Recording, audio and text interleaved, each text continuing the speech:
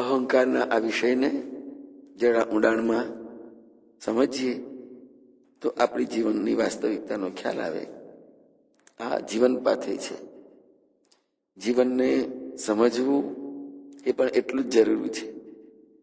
અને ક્યારેક અભિમાન જેવા અનિષ્ટ તત્વો આપણામાં ઘર ન કરી બેસે એટલા માટે જ આ વિષયને આપણે વિસ્તૃત ચર્ચીએ છીએ કે અભિમાનની ઉલટી સમજને કારણે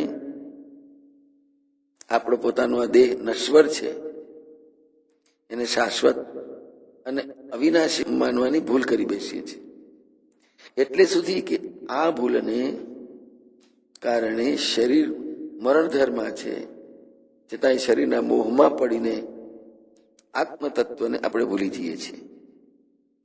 ફક્ત શરીરને જ યથાર્થ માની ઇન્દ્રિયોથી બનેલા આ દેહને એના ભોગ, એના સુખ અને તુષ્ટિકરણ આપવા માટે સતત આપણે ગતિશીલ ગતિવિધિઓ કરતા આવીએ છીએ.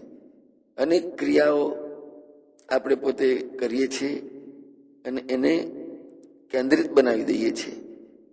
આ મરણધર્મા શરીરમાં એ તત્વની શોધ કરવામાં આવે એ જ શાશ્વત છે. અવિદ્યારૂપી માયાના બંધનમાં જેમ જેમ સઘન અને પ્રગાઢ થાય છે તેમ તેમ અહંકાર વધતો જતો હોય છે. આ અહંતાને કારણે આપણા વિચાર અને આપણી સમજ બધું જ ખોટું પડવા લાગે છે. અને એ ખોટું પડવાથી દુષ્કર્મ કરવાની પૂરેપૂરી સંભાવનાઓ ધીરે ધીરે વધતી જાય છે. દુષ્કર્મ કરતા કરતા પણ મનુષ્યને એની ખબર નથી પડતી. ક્યાંક કંઈક ખોટું થઈ રહ્યું છે એ પણ એને નથી સમજાતું, પરંતુ એને લાગે છે કે જે કંઈ થઈ રહ્યું છે તે કુદરતી થઈ રહ્યું છે.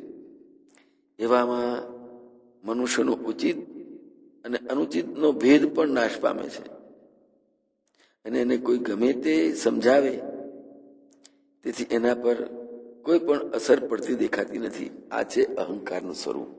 જય મહારાજ.